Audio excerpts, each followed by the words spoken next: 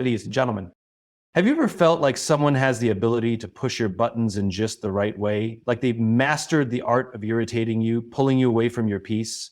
It happens to all of us. But today I want to challenge you to reframe that perspective and take ownership of how you respond. Here's the truth. Nobody has the power to control how you feel unless you give it to them. Your peace is yours, but it starts with understanding what's within you. Let me explain this through 6 steps.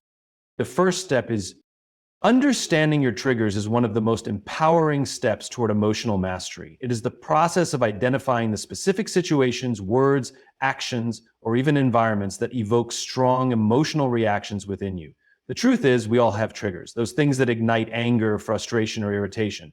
But these triggers aren't just random occurrences. They are deeply connected to our past experiences, personal insecurities, and sometimes even unmet expectations. By understanding your triggers, you not only gain clarity about what affects you, but also develop the ability to control your responses and maintain your peace. To begin this journey of self-awareness, you must start by paying close attention to your emotional responses. Every time you feel anger rising or irritation bubbling beneath the surface, take a moment to pause and reflect. What exactly caused that feeling? Was it someone's words, their tone, or perhaps their actions? Or could it be something deeper, an unspoken belief or value of yours that feels violated? Often, our triggers are not as obvious as they seem. For example, if someone interrupts you during a conversation and it angers you, the trigger might not be the interruption itself, but rather the underlying feeling of not being respected or valued. Triggers are often rooted in our past experiences. Think back to moments in your life where you felt hurt, rejected, or dismissed. These moments leave imprints on your mind, and over time, they shape how you react to similar situations in the future. If you've been criticized harshly in the past, even constructive feedback might trigger defensiveness in you. If you felt abandoned before, someone being unavailable for you might spark feelings of anger or insecurity. Understanding these connections between your past and your present reactions is key to breaking free from the cycle of automatic responses. Another important aspect of understanding your triggers is recognizing how they are tied to your expectations of others. We all carry certain expectations about how people should treat us, how they should speak to us, and how they should behave. When those expectations are unmet, it often results in frustration or anger. For instance, if you expect people to always respond to your messages promptly and they don't, it might trigger feelings. But here's the thing, your expectations are not always aligned with reality. People are not perfect. And the more rigid your expectations are, the more likely you are to feel triggered when they're not met. In understanding your triggers, it's also important to acknowledge your personal insecurities. Sometimes the things that upset us the most are reflections of our own fears, doubts. For example, if someone questions your abilities or criticizes your work and it deeply upsets you, it might be because you secretly question your own abilities. The criticism touches a sensitive nerve, one that you may not even have been fully aware of. When you identify these insecurities and work on addressing them, you'll find that fewer things have the power to trigger you. One of the most practical ways to understand your triggers is to keep a journal. Whenever you feel triggered, write down the situation, your emotional reaction, and what you think caused it. Over time, you'll begin to notice patterns. Maybe it's a specific type of interaction, a certain tone of voice, or a recurring situation that sets you off. These patterns are clues, guiding you toward a deeper understanding of yourself. They help you pinpoint the exact moments where you feel vulnerable, and they allow you to prepare yourself for future encounters. Understanding your triggers also involves a level of humility and self-compassion. It's easy to blame others for making us angry or upset, but the truth is no one can control your emotions except you. When you take full responsibility for your reactions, you empower yourself to change them. This doesn't mean ignoring bad behavior from others or excusing disrespect. Instead, it means refusing to let their actions dictate your emotional state. By shifting the focus inward, you gain the ability to respond to situations thoughtfully rather than reacting impulsively. Another essential element of understanding your triggers is learning to pause. When you feel triggered, the immediate instinct is to react. You might lash out, shut down, or say something you later regret.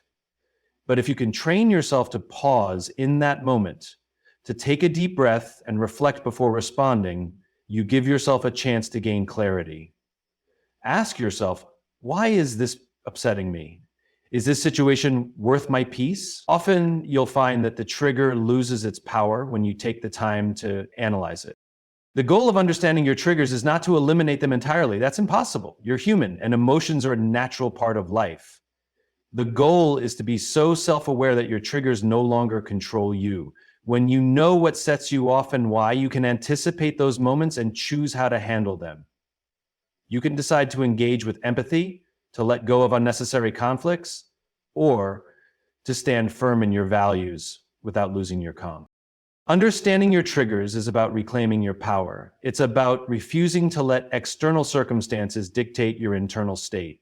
When you truly understand what affects you and why, you become unshakable.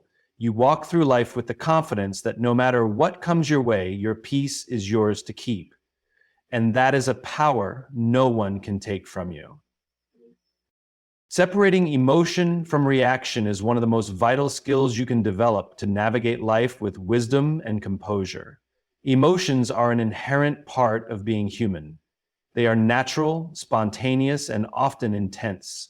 However, the way you react to those emotions determines the quality of your relationships, your decisions, and your overall sense of peace. Learning to separate what you feel from how you respond is the difference between living in constant turmoil and living with intentionality and grace. When an emotion arises, it demands your attention, it's instinctive, and it's often overwhelming. For instance, anger may make you want to lash out, sadness may tempt you to withdraw, and fear might drive you to act impulsively. These reactions feel automatic because they are part of the brain's survival mechanism. Emotions are designed to alert you to a perceived threat or opportunity. But in modern life, the triggers for these emotions are often not life-threatening. They are everyday situations, an argument, a critical comment, or an unexpected setback. And this is where the challenge lies. The emotion itself isn't the problem. It's how you choose to act on it that matters. To separate emotion from reaction, you first need to understand that emotions are temporary. No matter how intense they feel in the moment, they always pass. Think about the last time you were angry or upset. In the heat of the moment, it felt all-consuming, didn't it? But over time, that feeling faded. The problem is, if you react impulsively while you're in the grip of that emotion, the consequences of your reaction can outlast the emotion itself. Words spoken in anger, decisions made in fear, or actions taken in frustration can leave lasting damage. This is why it's crucial to create space between what you feel and how you respond.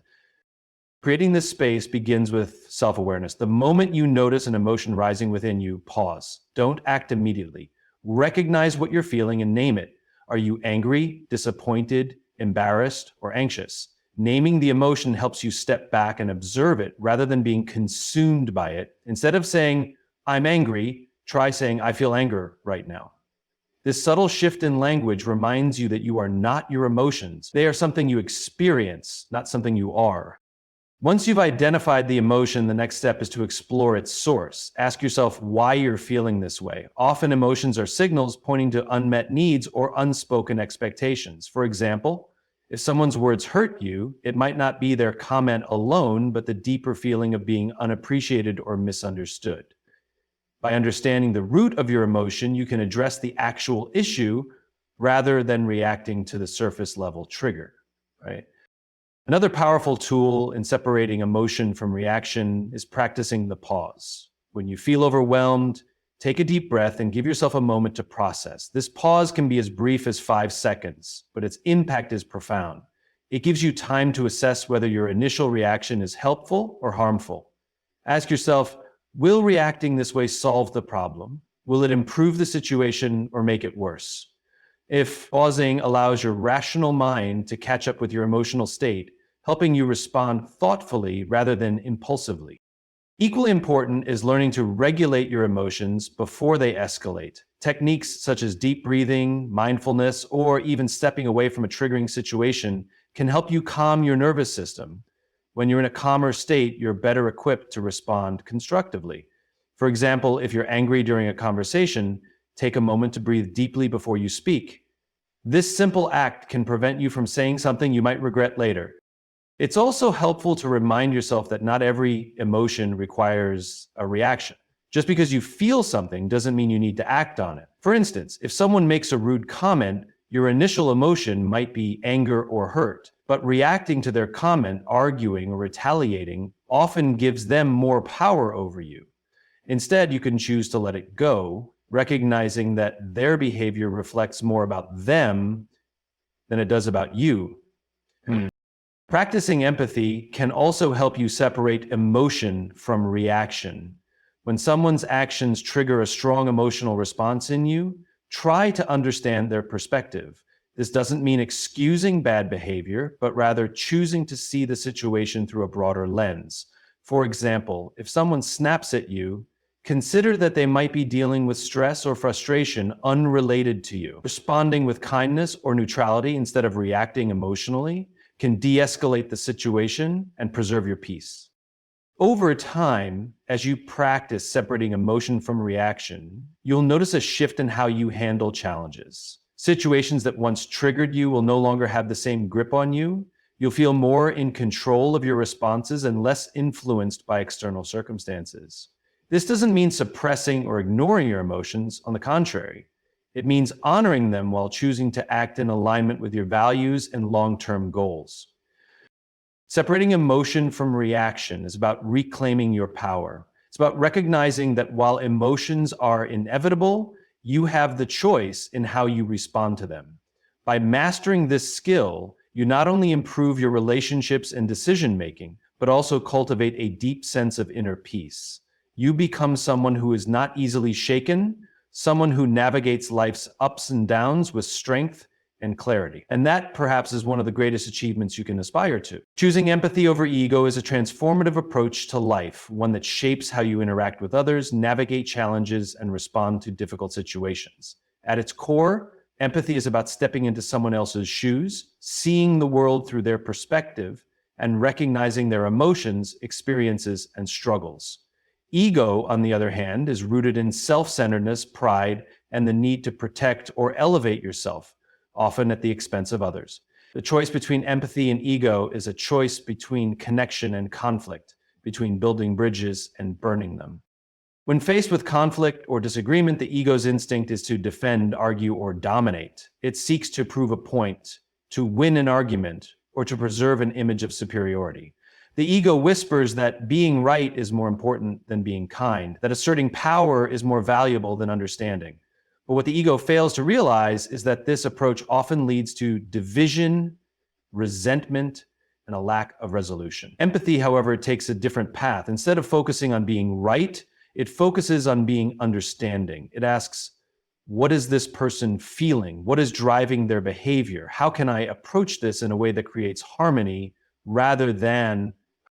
Empathy requires humility, a willingness to set aside your pride and genuinely consider another person's perspective. It's not about agreeing with them, but about acknowledging their humanity. For instance, when someone speaks to you harshly or unfairly, the ego's immediate reaction is to retaliate, to match their tone or escalate the conflict. But empathy pauses and asks, what might this person be going through that led them to act this way? Is their frustration a reflection of something deeper that has nothing to do with me? This mindset shifts the focus away from yourself and toward understanding the other person's state of mind. One of the most profound effects of choosing empathy over ego is the impact it has on relationships.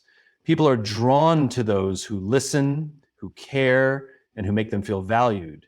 When you prioritize empathy, you create an environment where trust and mutual respect can thrive. In contrast, when ego dominates, it often alienates others, making them feel unheard or diminished.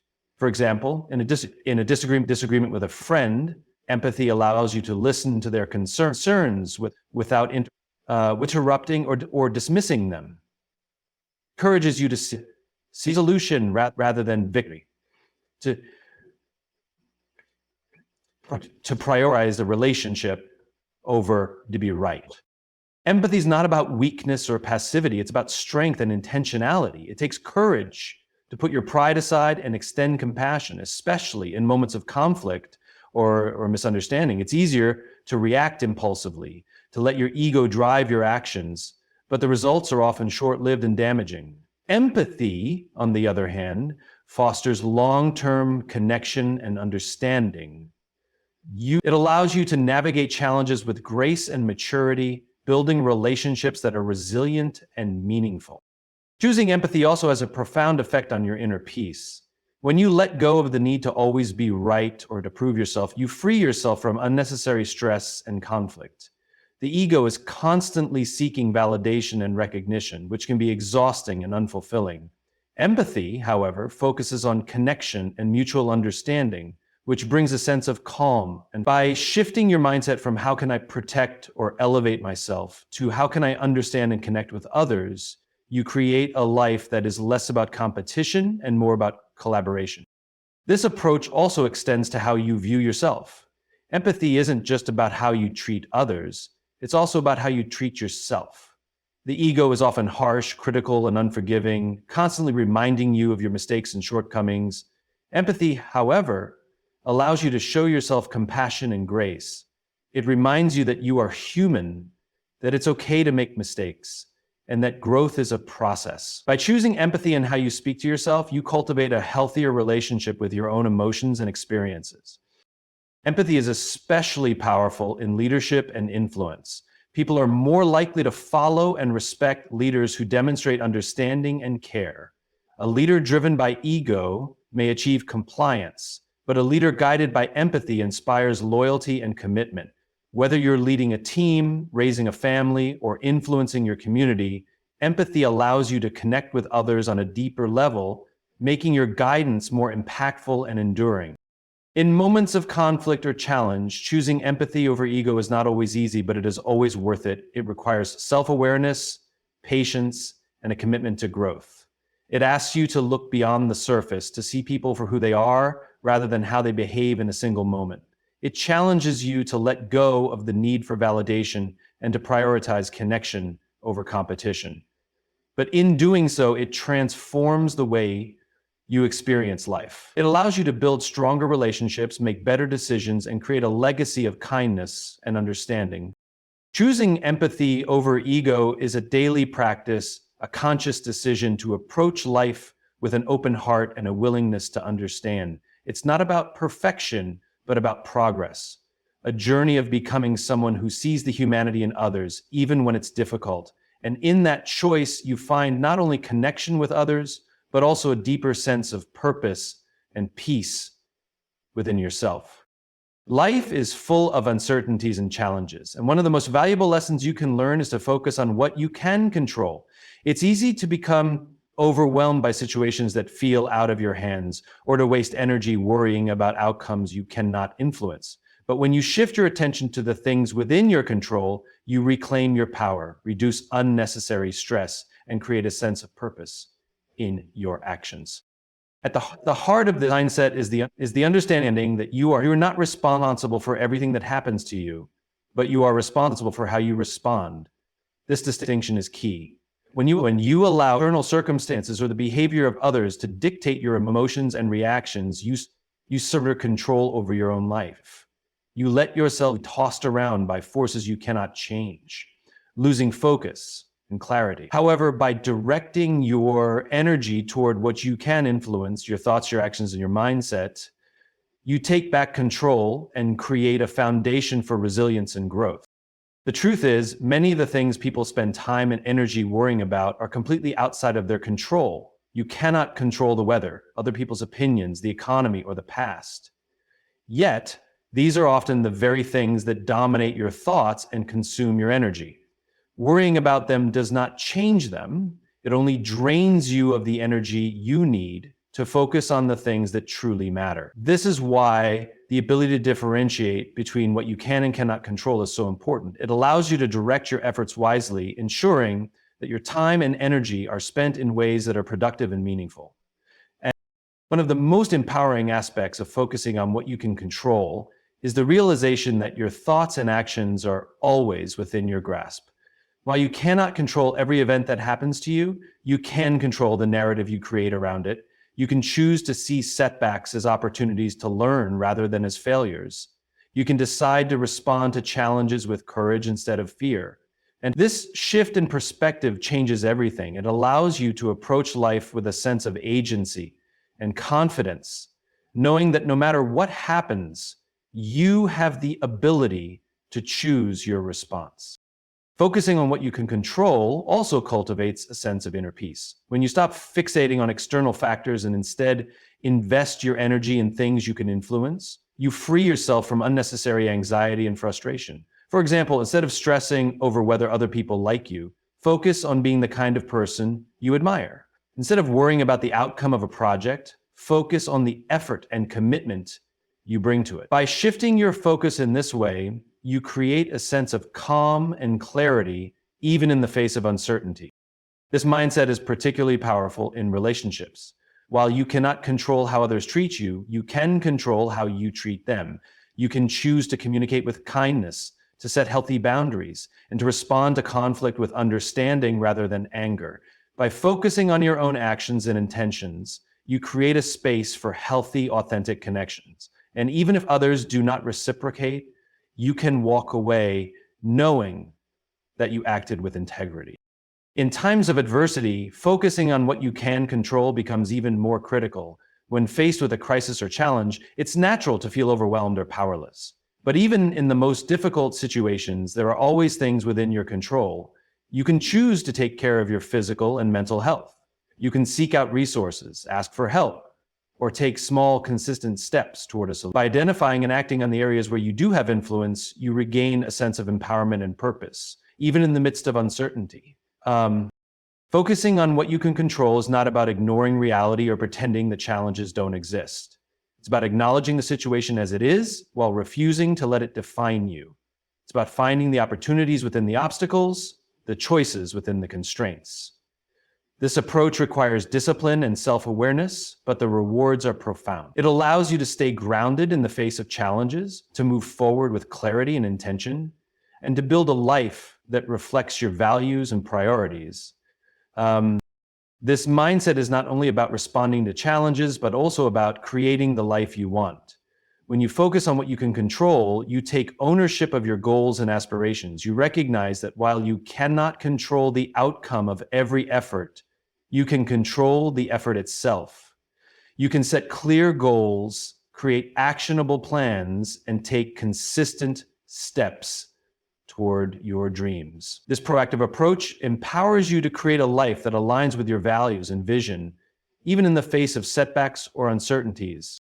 Focusing on what you can control is a practice of freedom. It frees you from the burden of trying to manage the unmanageable, from the stress of worrying about things you cannot change. It directs your energy toward what truly matters, your own actions, choices, and mindset. And in doing so, it allows you to live with greater peace, purpose, and resilience. It's a simple yet profound principle. When you focus on what you can control, you reclaim your power and create a life of intention and fulfillment. In the fast-paced world we live in, where emotions often run high and reactions are instantaneous, there is immense power in this simple act of practicing the pause. It's a skill that can transform relationships, decisions, and even the trajectory of your life. Pausing may seem like a small, insignificant action, but in reality, it is a moment of clarity that can prevent a flood of regret, misunderstandings, or mistakes. It is the space where wisdom resides and where choices can align with values rather than impulses. When emotions take over, it's easy to react without thinking. Anger, frustration, or fear can drive responses that you later wish you could take back. In these moments, the pause becomes your greatest ally. It creates a buffer between stimulus and response, giving you the opportunity to assess the situation with clarity instead of reacting out of instinct or emotion. This simple pause allows you to step back and ask yourself, what's really going on here? Or how do I want to handle this? Instead of being ruled by fleeting emotions, you take control of your actions and steer them in a direction that aligns with your better judgment. Practicing the pause is not about inaction or avoidance, it's about intentionality. It's about giving yourself the gift of time to consider your response. In conversations, this can mean taking a deep breath before speaking. When someone says something that provokes you, pausing allows you to avoid lashing out or saying something you don't truly mean. It helps you listen more effectively, hear the other person's perspective, and respond in a way that fosters understanding rather than conflict. That brief moment of reflection can completely change the tone and outcome of an interaction. Beyond interpersonal situations, the pause is also a powerful tool for making better decisions. In the heat of the moment, it's easy to make choices based on immediate gratification, pressure, or fear. Pausing allows you to think beyond the present moment and consider the long-term consequences of your actions. It enables you to ask yourself whether the decision aligns with your goals, values, and priorities. All right, so by practicing the pause, you avoid impulsive choices that you might later regret and instead make thoughtful, intentional decisions.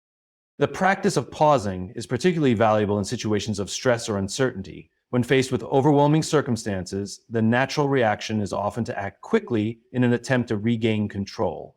But rushing into action without clarity can lead to mistakes or make the situation worse. Pausing gives you the opportunity to gather your thoughts, evaluate the situation, and determine the best course of action. It allows you to approach challenges with a sense of calm and focus, even in the midst of chaos. Pausing is also a form of self-care. It gives you the space to reconnect with yourself and your inner wisdom. In a world that often demands constant productivity and quick responses, pausing allows you to slow down and reflect. It helps you tune into your own needs, emotions, and thoughts so you can respond to life with greater authenticity and intention. It's in these moments of pause that you can recharge, reset, and refocus. Practicing the pause requires mindfulness and self-awareness. It's about recognizing the moments when you feel triggered, overwhelmed, or unsure, and making a conscious choice to pause before acting. This doesn't mean suppressing your emotions or ignoring your instincts. Instead, it's about creating a space where you can acknowledge your feelings without being controlled by them. It's about stepping back and observing the situation with a sense of curiosity and openness rather than jumping to conclusions or reacting defensively. Incorporating the practice of pausing into your daily life doesn't require drastic changes. It can start with small, intentional acts. For example, when you feel a surge of emotion, take a deep breath and count to 5 before responding. When faced with a difficult decision, give yourself time to weigh your options before committing. When someone says something that irritates you, pause to consider their perspective before reacting. Over time, these small moments of pause will become a natural part of how you navigate life. The beauty of the pause is that it empowers you to respond to life rather than react to it. Reactions are often driven by impulse, habit, or external pressure, while responses are thoughtful, intentional, and aligned with your values. By practicing the pause, you take ownership of your actions and decisions, ensuring that they reflect who you truly are and who you aspire to be. The pause is not just a tool for managing emotions or making better decisions, it's a way of living. It's a practice of mindfulness and presence that allows you to navigate life with grace and intention. It's a reminder that you don't have to rush, that you can take a moment to breathe, reflect, and choose your path. The power of the pause lies in its simplicity and its profound ability to transform the way you experience and respond to the world around you. By embracing this practice, you create a life of greater peace, purpose, and connection. Setting personal boundaries is one of the most essential acts of self-respect and self-care. Boundaries are the invisible lines that define where you end and others begin, outlining what you will and will not tolerate in your relationships, interactions, and daily life. They are not walls to keep people out, but rather guidelines that protect your energy, priorities, and sense of self. Establishing boundaries ensures that you maintain balance, preserve your emotional well-being, and cultivate healthier, more respectful relationships. Personal boundaries begin with self-awareness. To set boundaries effectively, you must first understand yourself, your needs, values, and limits.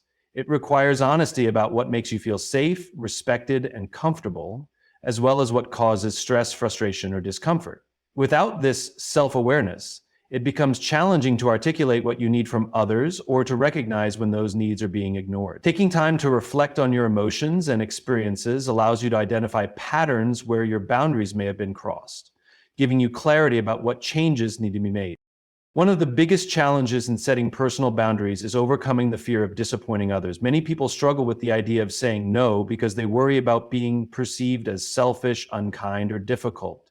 However, setting boundaries is not about rejecting others, it's about honoring yourself. Saying no when something doesn't align with your values or capacity is an act of self-respect, not selfishness. It shows that you value your own time, energy, and well-being enough to prioritize them, even if it means occasionally saying no to others. Clear communication is at the heart of setting boundaries. It's not enough to silently hope that others will respect your limits. You must articulate them openly and assertively. This involves expressing your needs and expectations in a way that is direct yet respectful. For example, if you need uninterrupted time to focus on a task, you might say, "I need some quiet time to work on this project, so I'd appreciate it if we could talk later." Clear communication eliminates misunderstandings and ensures that others know where you stand. While expressing your boundaries is important, enforcing them is equally vital. If you set a boundary but fail to uphold it, others may not take it seriously. Enforcing boundaries requires consistency and confidence, even in the face of pushback or resistance. This can be difficult, especially if you're dealing with people who are accustomed to you always accommodating their needs. However, standing firm in your boundaries is a necessary part of protecting your well-being. It sends a clear message that you value yourself and that your limits are non-negotiable. Boundaries are not just about saying no to others. They are also about saying yes to yourself. They create the space for you to focus on what truly matters to you, whether that's your personal goals, health, or relationships. When you set boundaries, you free yourself from the burden of overcommitment and the stress of trying to please everyone. This allows you to invest your time and energy in the things that align with your values and priorities, creating a more fulfilling and balanced life. In addition to protecting your time and energy, boundaries also play a crucial role in fostering healthy relationships. They create a foundation of mutual respect and understanding, ensuring that both parties feel valued and heard. When you set boundaries, you teach others how to treat you, what behavior is acceptable and what is not. This not only protects you from being taken advantage of, but also encourages others to be more mindful of their actions. Healthy boundaries create space for honest communication, trust, and genuine connection, which are the hallmarks of meaningful relationships. It's important to remember that boundaries are not fixed. They can evolve over time as your needs and circumstances change. What worked for you in one season of life may no longer be effective in another. Regularly reassessing your boundaries and making adjustments as needed ensures that they continue to serve you well. Flexibility is key, but it's also important to recognize when flexibility turns into compromise. Adjusting your boundaries should never come at the expense of your well-being or values. Setting personal boundaries is not always easy, especially if you're unaccustomed to prioritizing yourself. It may feel uncomfortable at first, and you may encounter resistance from others who are used to you always saying yes, but with time and practice, setting boundaries becomes an empowering act of self-care. It reminds you of your worth and helps you create a life that reflects your values, priorities, and goals.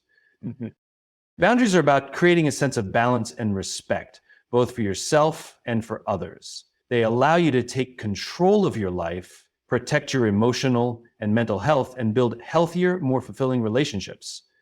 By setting personal boundaries, you honor your own needs while fostering an environment of mutual respect and understanding with those around you. It's an act of courage, self-respect, and love that transforms not only how you relate to others, but also how you relate to yourself.